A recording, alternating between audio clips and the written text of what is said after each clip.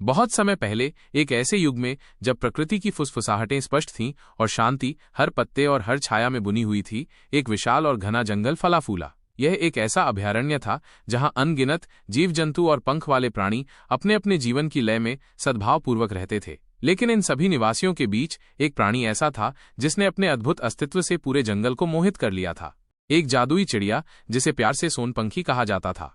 सोनपंखी, जिसका नाम सुनहरे पंखों वाली के रूप में अनुवादित होता है, वास्तव में एक असाधारण दृश्य थी। उसके पंख शुद्ध सोने के धागों से काते गए प्रतीत होते थे। प्रत्येक रेशा प्रकाश को इस तरह से पकड़ता था कि जब वो आकाश में चढ़ती थी तो ऐसा लगता था जैसे सूर्य की किरणें स्वयं उसके पीछे नृत्य कर रही हों। उसकी सुंदरता हालांकि विस्मयकारी थी, उसकी सबसे बड़ी संपत्ति नहीं थी। उसकी असली शक्ति उसकी जादुई क्षमता में निहित थी। सोनपंखी की चोंच से निकला हर शब्द वास्तविकता में बदल जाता था, एक शक्ति जो विस्मय और सावधानी दोनों की मांग करती थी। अपनी अपार शक्ति के बावजूद सोनपंखी ने असाधारण ज्ञान और गहरी करुणा का प्रदर्शन किया। उसने कभी भी अपनी जादुई प्रतिभा का दुरुपयोग करने के बारे में नहीं सोचा, यह समझते हुए कि इस तरह की शक्ति का उपयोग केवल सबसे नेक उद्देश्यों के लिए किया जाना चाहिए। जंगल के सभी प्राणी उसे बहुत मानते थे। उसकी बुद्धि और निस्वार्थ कार्यों के लिए उसके प्रति गहरा सम्मान रखते थे। वो बीमारों को ठीक करने के लिए जानी जाती थी। कोमल स्पर्श से उनके शरीर से बीमारी को दूर करती थी। वो खोए हुए बच्चों को उनके व्याकुल माता पिता के साथ फिर से मिलाती थी। उसकी मधुर वाणी सुरक्षा और आश्वासन की भावना प्रदान करती थी। और सबसे उल्लेखनीय बात यह है कि कभी कभी सूखे की चपेट में आए समय में वो अपनी जादुई फुसफुसाहट से सूखे तालाबों में जीवनदायी पानी ला देती थी, जिससे पूरे जंगल को राहत मिलती थी। लेकिन भाग्य का पहिया अप्रत्याशित रूप से मुड़ गया। एक अशुभ छाया जंगल पर छा गई जो कभी जीवंत और शांत था। पेड़ मुरझाने लगे, उनकी हरी पत्तियां पीली पड़ गईं और धूल में बिखर गईं। तालाब, जो कभी जीवन से भरपूर थे, दरारों वाली धरती के उजाड़ गड्ढों में सिकुड़ गए। जंगल के निवासी, जो कभी स्वस्थ और खुशहाल थे, रहस्यमय बीमारियों के शिकार होने लगे। उनकी हंसी और गीतें दर्दनाक आहों में दब गईं। पूरे जंगल में चिंता और निराशा की एक भारी भावना छा गई। अपनी निराशा में सभी जानवर सोनपंखी के पास गए। अपनी उम्मीदें उस जादुई चिड़िया पर टिकाए हुए थीं जिसने पहले भी कई बार उनका मार्गदर्शन किया था।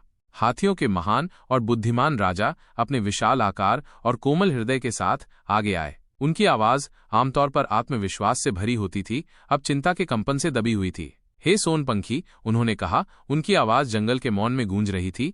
हमारे प्यारे जंगल में यह भयानक विपत्ति क्या है? क्या आपकी महान शक्ति इस अंधेरे ज्वार को मोड़ने का कोई तरीका ढूंढ सकती है जो हमें निगलने की धमकी दे रहा है?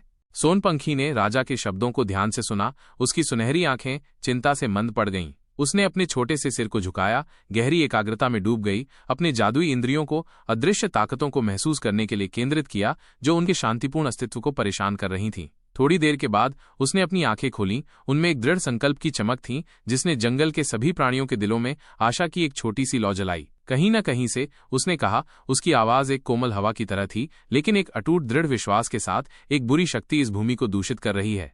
उसने अपनी आंखें बंद कर लीं, अपने भीतर की जादुई ऊर्जा को केंद्रित किया। एक प्राचीन मंत्र उसके दिल से फुसफुसाया गया, एक ऐसा वाक्यांश जो सच्चाई को प्रकट करने और छिपी हुई चीजों को उजागर करने की शक्ति रखता था। प्रकृति माता, उसने विनती की। उसकी आवाज जंगल के शांत वातावरण में गूंज रही थी। कृपया हमें वो सच दिखाएं जो छिपा हुआ है, उस स्रोत को प्रकट करें जो हमारे घर को जहर दे रहा है।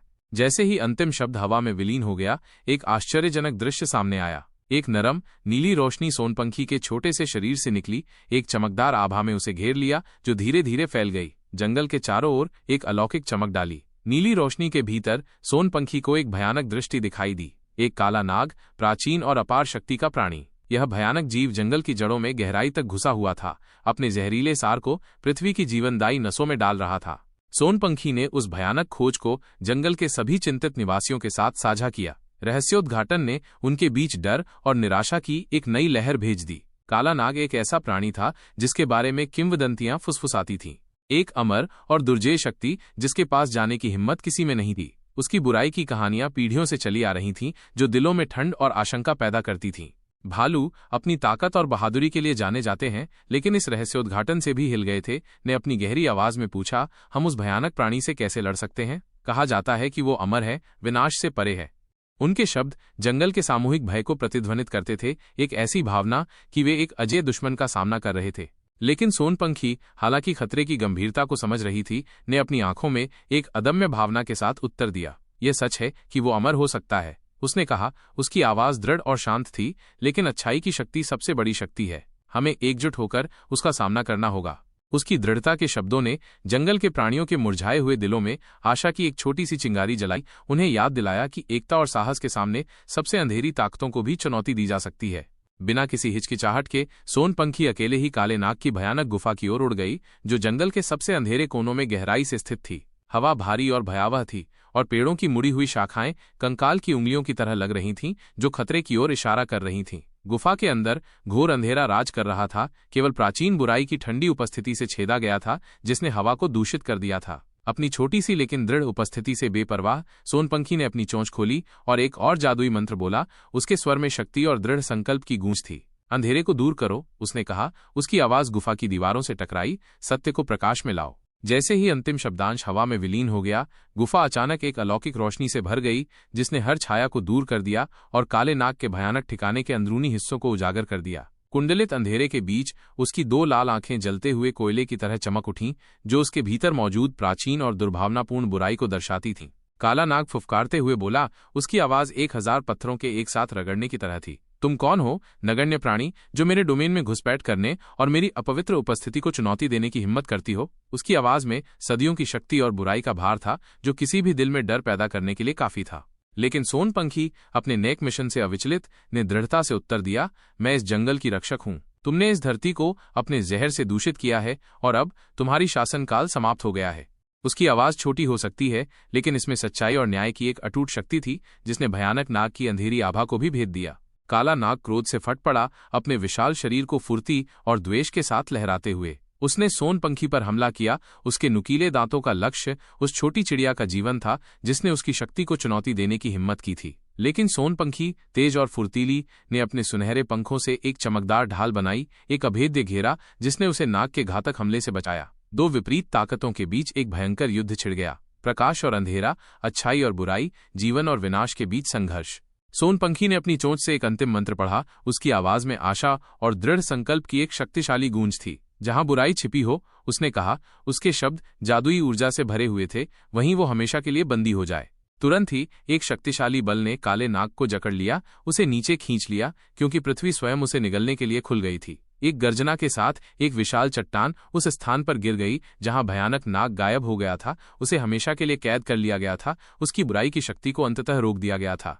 सोनपंखी की वीरतापूर्ण कार्रवाई से जंगल फिर से जीवंत हो उठा। मुरझाए हुए पेड़ फिर से हरे हो गए, उनकी पत्तियां सूरज की रोशनी में नाच रही थीं। सूखे हुए तालाब फिर से क्रिस्टल साफ पानी से भर गए, जो प्यासी धरती को पोषण दे रहे थे और जीवन को वापस ला रहे थे। जंगल के जानवरों के दिलों में खुशी लौट आई, उनकी आहें आनंदमय गीतों में बदल गईं और उनकी निराशा कृतज्ञता की एक जोरदार कोरस में बदल गई। हाथियों के राजा, उनकी आंखें कृतज्ञता के आंसुओं से भरी हुई थीं, ने कहा, आपने हमारे जीवन को बचाया है सोनपंखी, हम हमेशा आपके ऋणी रहेंगे।